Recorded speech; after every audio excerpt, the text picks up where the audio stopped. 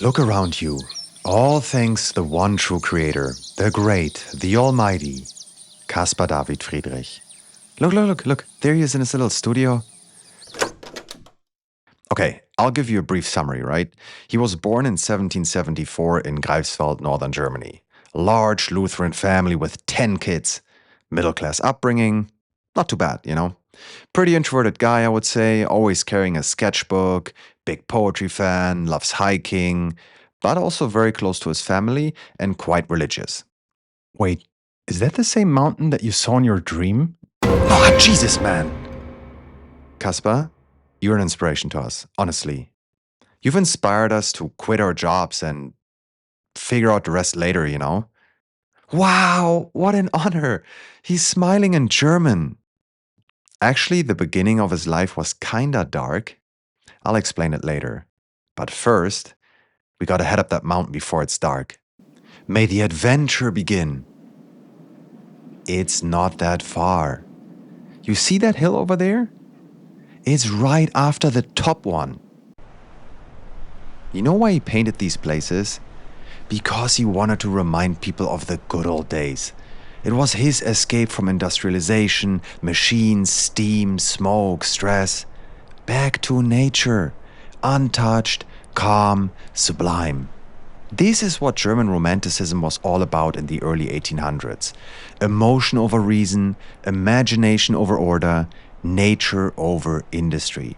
Well, I guess you could say he was the original Rage Against the Machine. We're almost there. Look, there it is. Oh my god, finally. Wow, isn't this incredible? In a way, it does make you feel almost insignificant. And somehow, that's what makes it even more meaningful. To witness something so vast and incomprehensible. For a second, don't you feel that time just stands still? You're not standing in nature, you are nature. Yeah, buddy, we've been waiting here for 20 minutes. I'm running out of lines here. There are people behind us. Can we also just be in awe, please? Look back. He's still standing there. Okay, why is awe such a big deal? You see, awe isn't just a poetic word. It's a real, powerful emotion.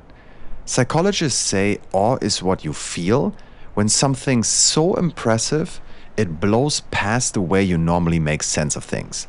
Your brain just all of a sudden stops.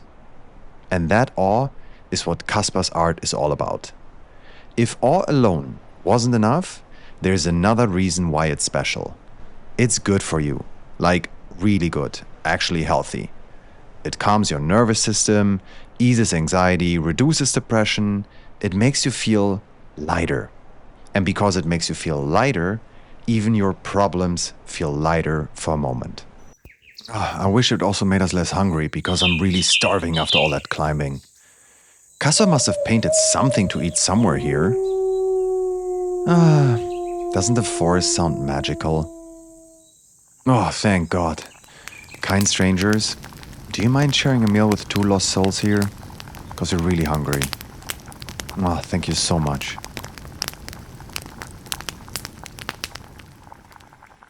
The open sea is calling. Caspar David Friedrich loved the ocean. Her vastness, her mystery, her calm majesty. Are you ready for the voyage of a lifetime? Hey, are there any ships leaving somewhere here? Down there. Oh, we'd love to join you guys later. Man, even the weather went downhill. By the way, when this painting first came out, a lot of critics really didn't like the overwhelming emptiness and lack of detail. Today, it's considered one of the first truly modern paintings, the Rothko before Rothko. The boat must be somewhere around here. Ah, look, classic Friedrich. A few lone figures, dwarfed by an endless horizon, humbly witnessing the sublime power of nature. It's a bit of a visual meditation, isn't it? Nice. They're taking us to the bigger ships. You know what's fascinating about Friedrich's seascapes? Before him, the sea was usually wild, stormy, chaos on canvas, crashing waves, ships tossed by fury. He shows it differently. Calm seas, expansive skies, silence that feels infinite. Such an approach was unconventional at the time, and his unique vision was only truly appreciated 100 years later during the rise of modernism and abstractionism. No smoke, no engines, just old wooden ships sailing us into the big unknown, conquering the sea, discovering new lands, reaching the horizon. I mean, I'm a bit of a sailor myself. Captain, may I? Yeah, sorry, it all happened so fast. Okay, now what? As the great Tolkien once wrote, not all those who wander are lost. Yeah, I know we're lost. Don't worry, we'll find someplace warm somewhere. Actually, from up here, I see absolutely nothing. Hello, is there a tavern or inn somewhere here?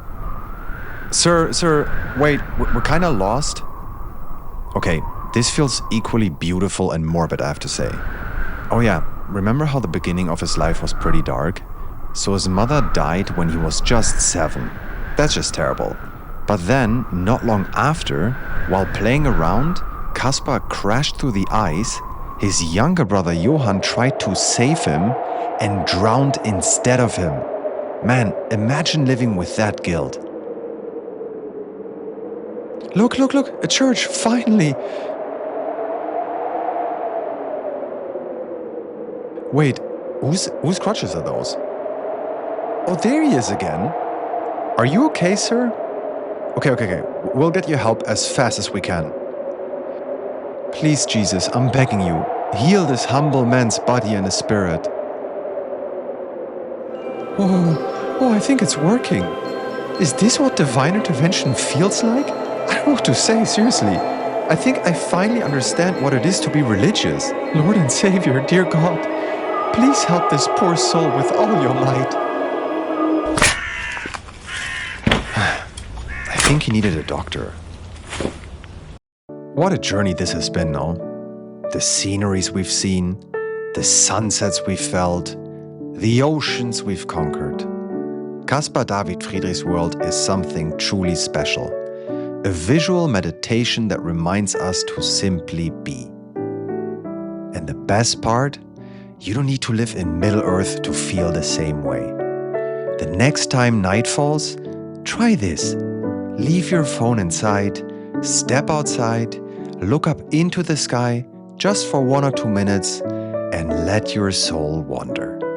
If it's a nice day, bring out your inner child, lie down in the grass, stare at the clouds, and do absolutely nothing.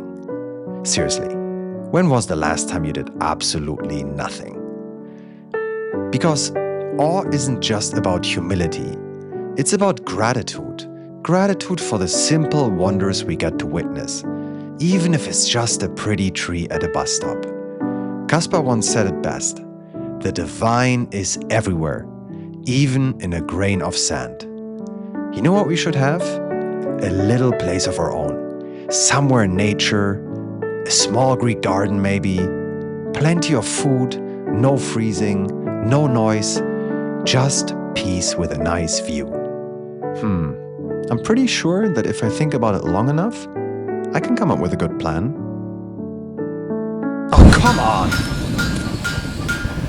Ha! But no one can stop us from daydreaming about it.